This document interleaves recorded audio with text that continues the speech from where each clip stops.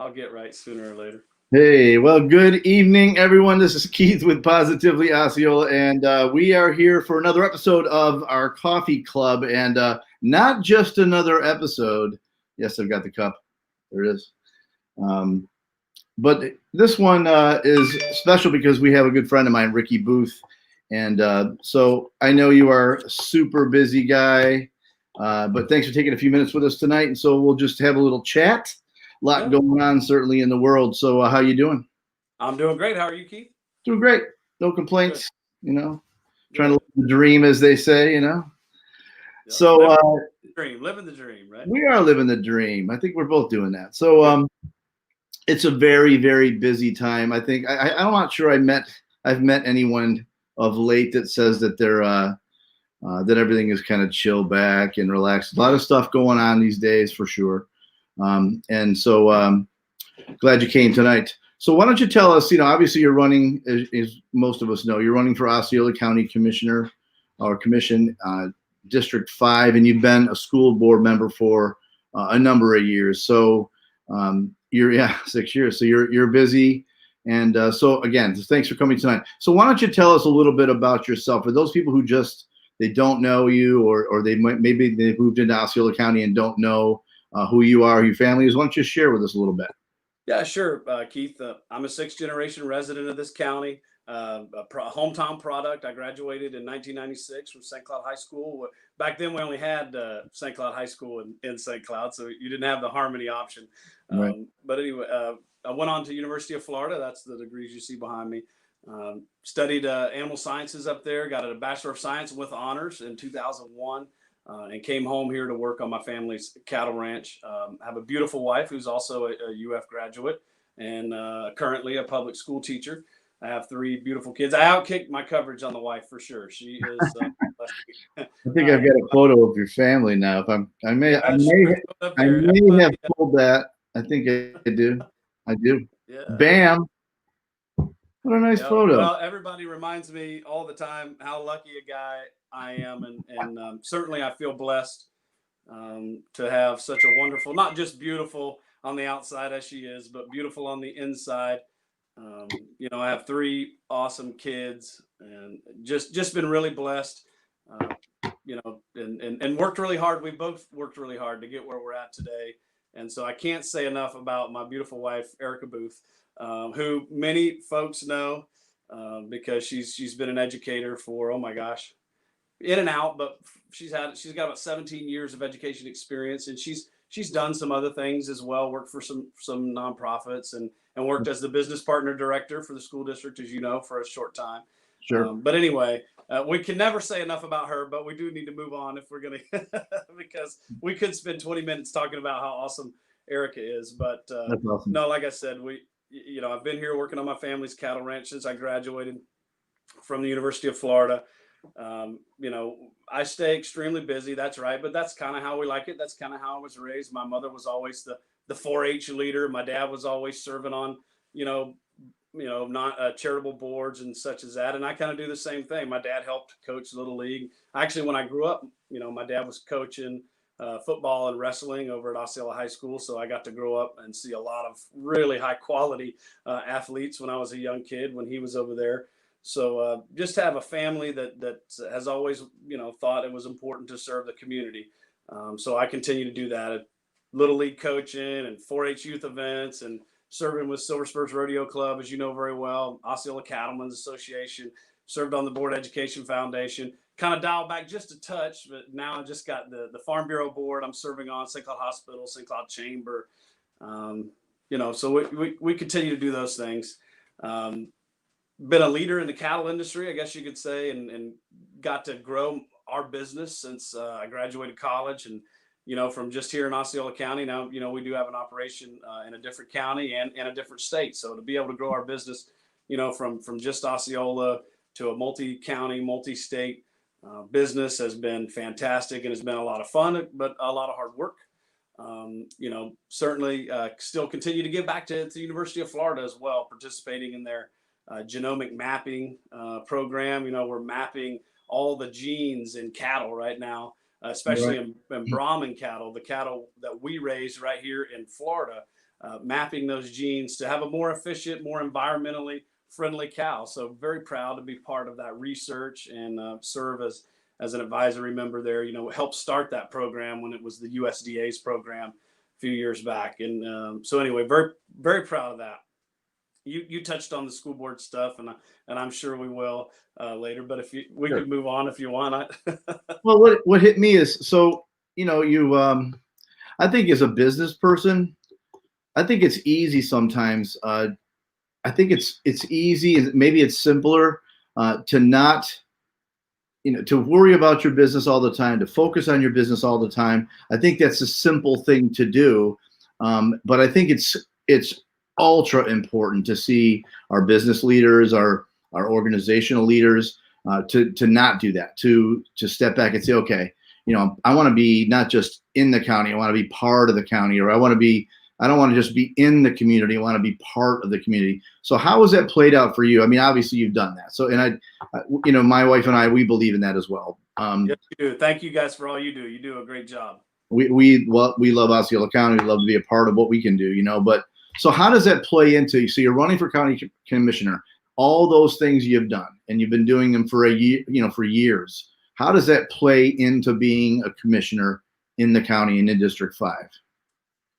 So just being a community servant, I think being a community servant and being so involved in your community, actually, it's what actually allows you to it validates your candidacy in some ways. Right. Certainly it's not the only thing, but I think when we look at quality candidates, and we need to look at people that have been serving for a long time.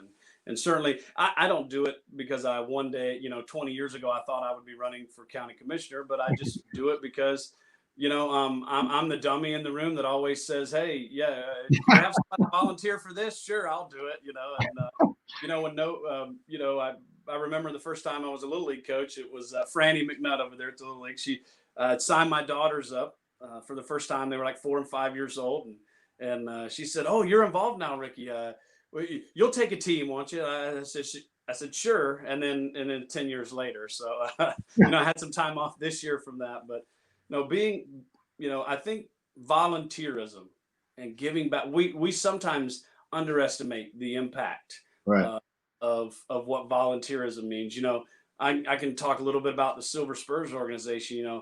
World War II, had the bombing of Pearl Harbor. So what did our folks in our community, there was a war bond drive, right? Hey, buy a war bond, right? Right. And the folks in our community said, what can we do? And so, you know what they said? They said, we're talented horsemen.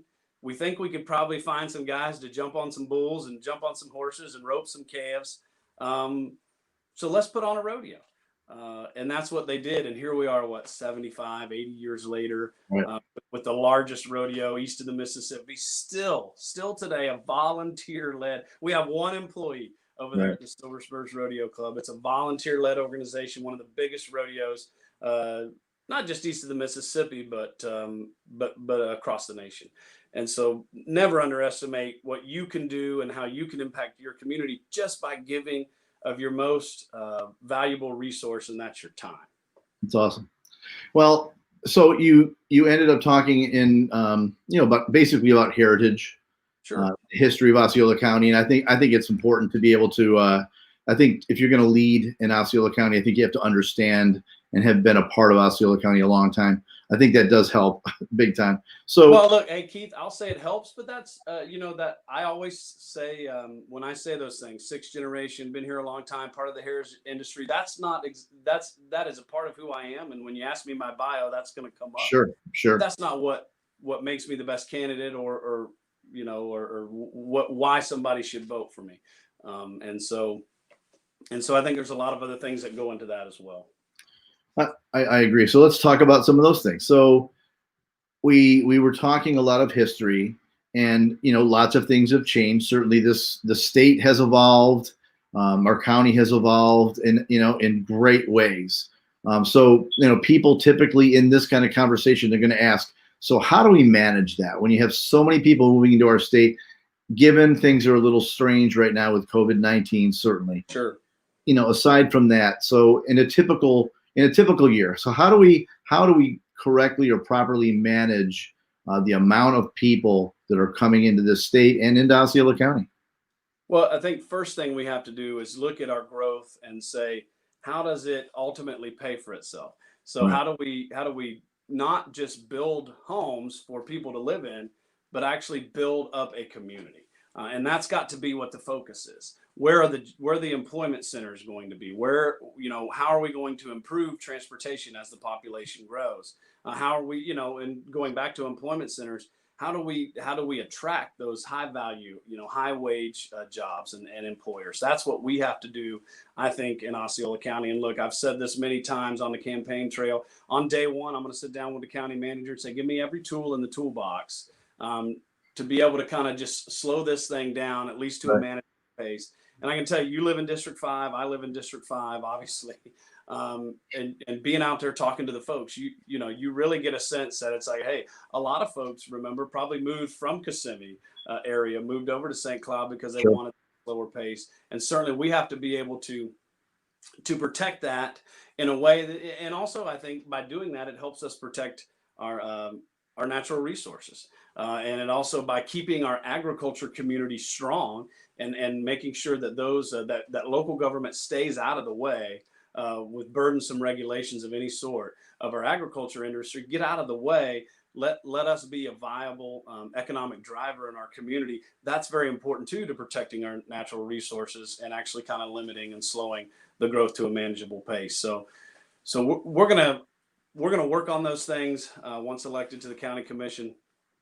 And look, and just to go back to some of the things I've already done, let's talk about putting the highest impact fees on the state. So developers have to have to be part of the plan here as well, Sure. pay in their way. And better planning certainly comes into that as well. Well, and you said it. I mean, I live in District 5 as well. So I've been here 32 years. I can remember driving from our home to Crossroads or out 535, maybe 25 years ago or 27 years ago. Wow. And you could kind of get there taking 192. You can kind of get there in about 20 minutes. So that's not. Well, I grew up, Keith, hearing all the stories of before we were such before tourism was our number one, before any of the tourism companies came in, and pre 1970. My mother grew up in this town. My grandparents, both graduated from Osceola High School in 1935. Right. Certainly just I always like to tell this story. My grandparents graduated in 1935 with a class of about 50 or 60 kids, two high schools in the county, St. Cloud and Osceola. Right. My mother graduated, and I won't date her tonight, but let's just say 35 years later, she graduated from St. Cloud High School. There was 70 kids in her graduating class. So the amount of growth that happened, in maybe that 100-year span there was not a ton. And so it really happened from 1971 on. Right. And so, the tourism is a big driver for our community. Sure. Certainly a lot of tax base is generated there. But when we start talking about residential development, that's where we have to start thinking about how the residential development that we do have will meet the needs, the transportation, the school district, the school infrastructure, and school operational and public safety needs of our community. And to do that, and that doesn't mean, we focus on one type of housing or another. It just means when we put it all together, we've got to have growth that pays for itself. And so, and I agree with that. So something that hits me when we talk about, or for my family, I'll just speak from my perspective as a resident of Osceola County. So when I think growth, and I mean, the growth is coming, and people want to live in our state, no question. So, it's up to us to manage that. But one of the things that hits me is I think something that's very trendy right now to talk about. It's a real topic of today, and that is law enforcement. So that's always a concern for my family, or for myself, is okay, if there's a lot of growth, then it's going to happen. How do we work with our law enforcement agencies? How do we make sure that they're not overtaxed? And so what's your take on on law enforcement? Well, look, I think that's why I always bring it up when I'm talking about growth. And I think you'll hear a lot of folks when they talk about, you only talk about infrastructure, right? You only talk about transportation, or you only talk about schools. Right. But that public safety piece is actually a big piece. And I go beyond, just law enforcement, I mean, include your firefighters and your paramedics and all those folks that are involved in public safety. You can't forget that these same things that are funding schools, the same funds, the same tax base that's funding schools and funding transportation is also funding public safety. So that has to be a big part of the questions that we have to answer as we move forward. And we're living in times now and in big city, and luckily, look, we have two great police chiefs. I'm not getting involved in the sheriff's race, but certainly I've had a good relationship with Sheriff Gibson. And so we have folks in place that are working hard for our community to keep our community safe.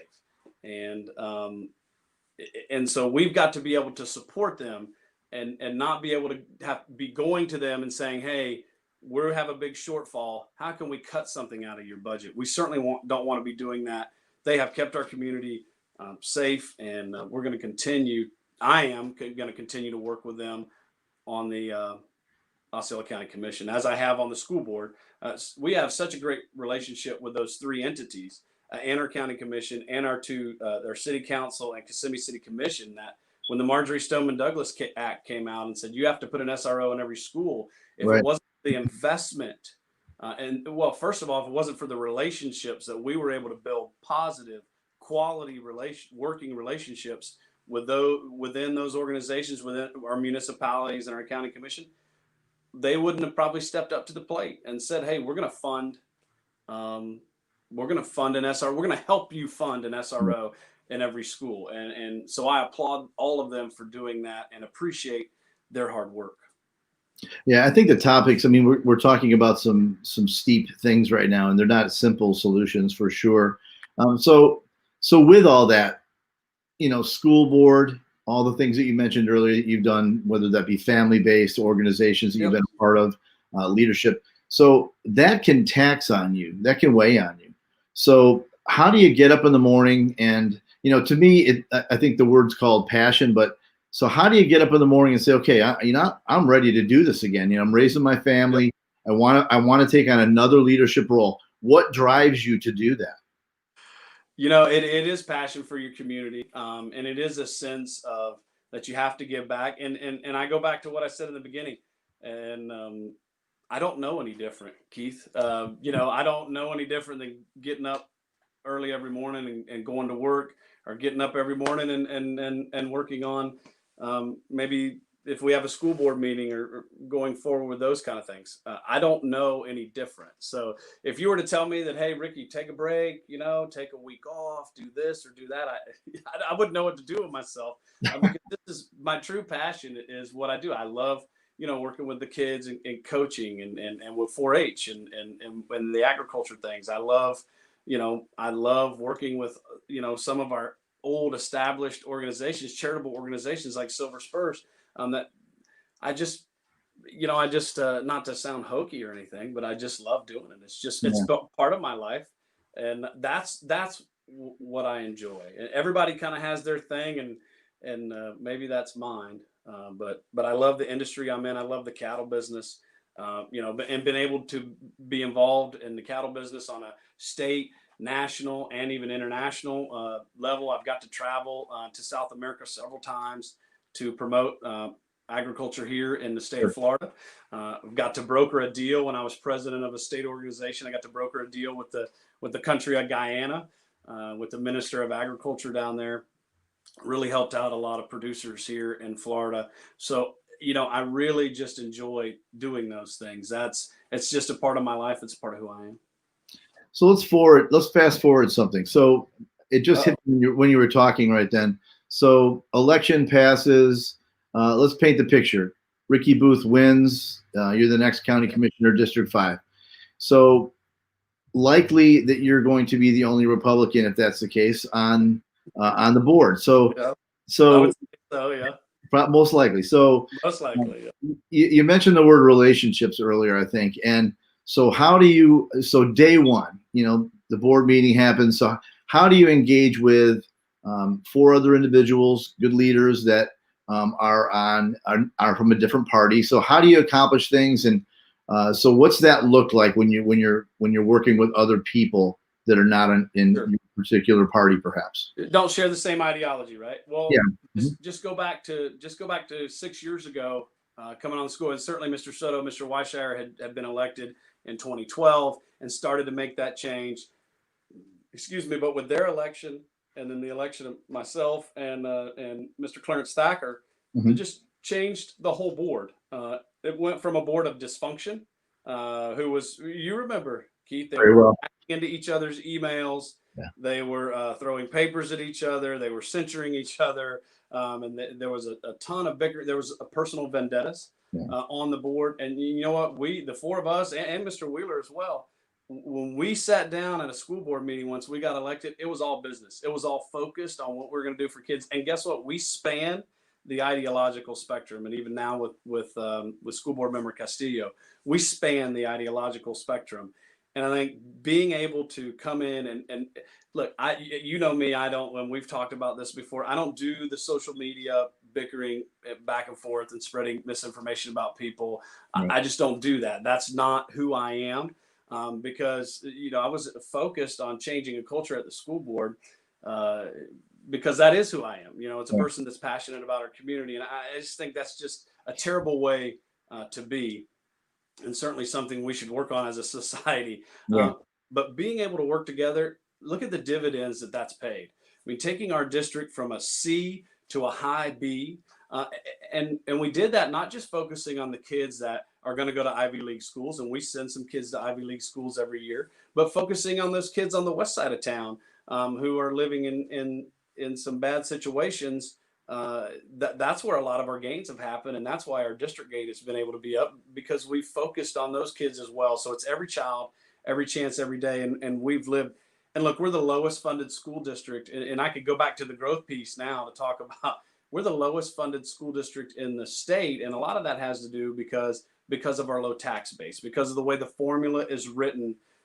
We end up being number 67 out of 67. Of course, we've fought for more money, and we've lobbied and been able to win and get a little bit more money here and there that we've always invested back into our teachers.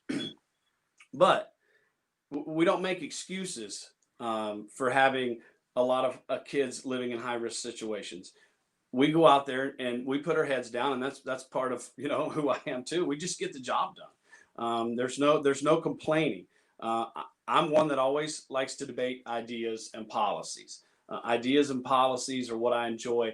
I don't, interjecting national politics on a local county commission dais or a school board dais doesn't do anybody any good. So focusing on moving our county forward, just like I focused on, academic achievement, and solving capacity issues on the school board. That's what I plan to do. And look, it's absolutely imperative too that I think we have to have a proven conservative leader's voice on there to have some balance. I know all the current commissioners, and I feel, very confident that I can work with them. I will always hold on to my principles. But I also, will always tell folks that I'm here to work with folks. I'm here to move our county forward in the best way that I know how. Yeah, I think, to be honest with you, I think that kind of expectation is what I think an engaged voter wants to hear. I think you want to hear that, that's not going to always be split according to a party belief type thing. I just don't think that's what we all really hope for. I think I think differences are always going to exist for sure. Absolutely. Sure. Always have, Sure. always. But you want people. By the way, I think that's healthy. I think It is. I didn't mean to cut you off, but I wanted to get this in before it left me. A few years ago, there were some folks. They have a TV show where they remodel houses in Waco, Texas. My daughter loves the show. I can't remember their names, but they got into a little hot water about some of their views. And I remember Chip Gaines. That's right. I remember, I think it was a tweet or a comment he made on it. They were doing some interviews. We've got to get past that the disagreement equals hate, Right. because disagreement isn't hate. I disagree with a lot of people. I disagree with, with my wife sometimes, and I love her to death. So disagreement is not hate, and we've got to get beyond that. And again, that's why I always say, just debate policies and ideas. And by doing that on the school board, here we go from low 80s graduation rate to 90%, second highest in Central Florida. We expanded our technical industry certifications, like something like 200%, some crazy number. Certainly balanced the budget, AA rating, which saves hundreds of thousands of dollars that we're able to reinvest. And when you have a strong leadership unit, it allows you to do some innovative things that maybe you wouldn't be able to do. And I think one example of that is what we're trying to do, or we have done now with our healthcare system, working with Rosencare, moving away from the corporate third-party administrators into maybe a smaller one that shares our same values and is looking to do the same things. And we've already seen those savings coming for us just in the short time we've made that change. That's the type of leadership that folks want, not the bickering, not the back and forthing. And certainly I intend to provide that, and have shown for 6 years that's what I intend to provide.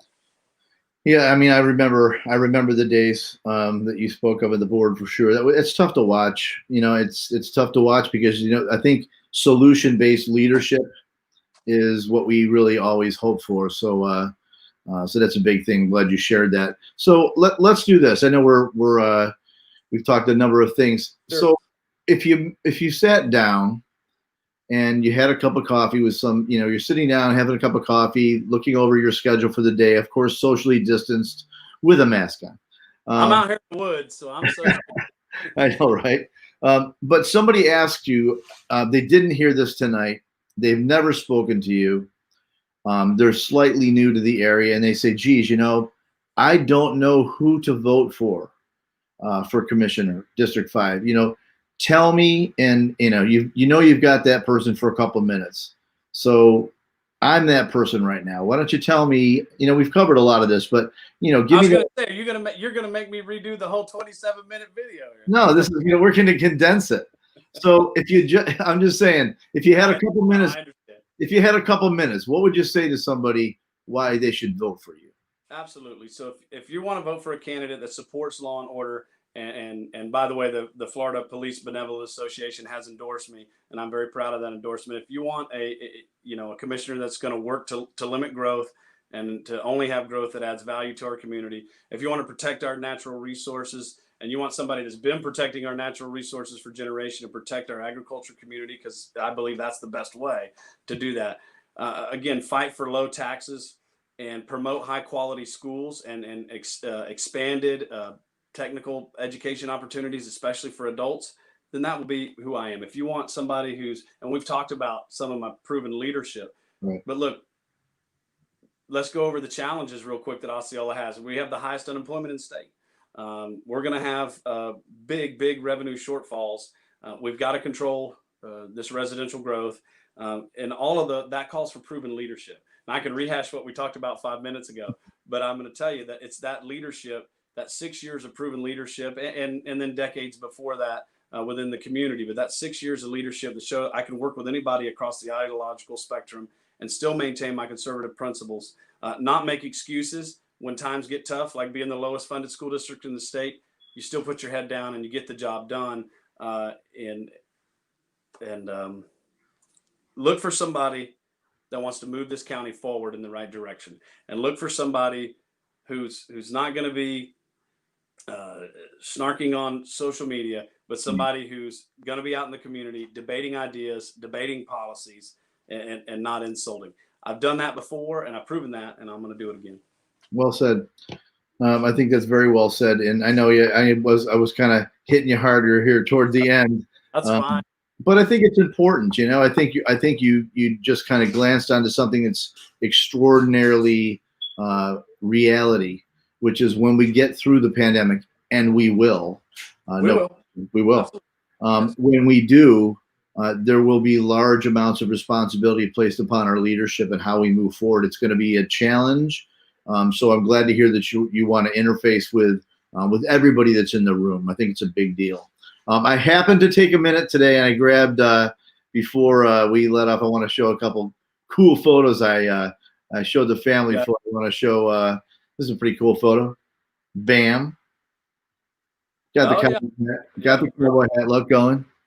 Very good. I love that that picture there taken by Mark Pino leading the cattle drive there was that was a lot of fun that day. And I'm ready for COVID to be over so we can have another rodeo, another cattle drive, because that was a lot of fun. Certainly love being outdoors with my daughters, and they love to hunt and fish, and my son too. You know, and that you know, and my family there as well. They're just awesome. I've been, like I said, I've been blessed to have such a beautiful wife and three beautiful and healthy kids. Yeah, it's a big deal. I know you mentioned Mark Pino. He does have a good eye when it comes to the camera. Also saw this shot, which I thought I'd pop real quick. Bam! There's a fan. Yeah, well, that's the Rowe family, and that's one of their granddaughters there, and Mr. Brent Rowe, and he's a good friend, and you know, they're just really good people. So then they made sure to share that his daughter made sure to share that with me, and so I appreciate it, and they've supported me since the beginning. Been friends with the Rowe family. Went to church. Been going to church with them for 40 years. So no, and they're such a great fan. And you know what, Keith? There's so many great families like that here in our community. And what I tell people all the time too is there's so many great new families. Like, I mean, you've been here for 30 years, so it's hard to call you new, but yeah. You're a first generation Osceola County guy. Absolutely, yes. And we're so blessed to have you. You know, I think the diversity we have within our community now is so healthy for our children growing up. It is. Our children are going to school with kids, and your son just graduated, but our children are going to school with kids from all over. And so I actually think that's really healthy for children to grow up in an environment where they're exposed to so much. Because I can tell you, I learned so much from traveling down to South America and traveling across this great country, been to end to end. You learn so much about folks and their cultures. And what I really learned is that, you know, cattle ranchers in South America are very similar to us. They just speak a different language. That's right. But they have the same concerns and some of the same issues on their operations as well. Yeah, I know the cliches. As I get older, the cliches, all the old sayings are so much more accurate than I had ever believed. You know, it is a small world we live in. I've heard that before. It's a very small world we live in, and it is. And we've got a lot of that world right here in Osceola, and let's move it forward. Let's sustain and improve our quality of life. Agree 100%. You know, and I will be remiss if I don't. I wanted to remind myself a few times to mention this. You mentioned Franny McNutt, and what an advocate she is for certainly for Little League baseball, and I know Robert Bass as well. But I know Franny is she's a go-getter. She is all over the place, and it's good to be able to meet her. I was glad to hear her name came up because I want to talk about two people that you just mentioned that have done a ton for hundreds, if not thousands of Robert, thousands probably, because he's been doing it for about 25 years. I know, right? For volunteering their time as much as they do, that they're just, I appreciate them so much. Yeah, Robert's a great person. Franny's a great person. Yeah, they both are for sure. Good families. All right, look, well, you know, I know you've got things to do, and so I'm glad that you were able to take a few minutes and talk to us. And if there's anything else you want to say, please say it now. Keith, I'll just say, since if you give me the mic, I'm going to say something. Let me just say, I appreciate so much what Positively Osceola does. And certainly if you've heard through my words tonight, I'm a positive person. I believe in the power of positivity, and I believe in keeping it positive. And so I'm always glad to be on with Positively Osceola. It's great. Well, we're blessed to have you tonight. I want to thank you and your family for taking the time to say hello. I hope we shared some things that'll give people an idea of who you are, what you'll do, and why you're running for Osceola County Commission District 5. So thank you. Me on Facebook. That's where everything's at. You got it. Ricky Booth. Go to Facebook and check him out. That's where the solutions are. All right. Well, we thank you so much. This is Keith with Positively Osceola, along with Ricky Booth. Thanks again. Together, we are making a positive difference in and around Osceola County. Take care, Ricky.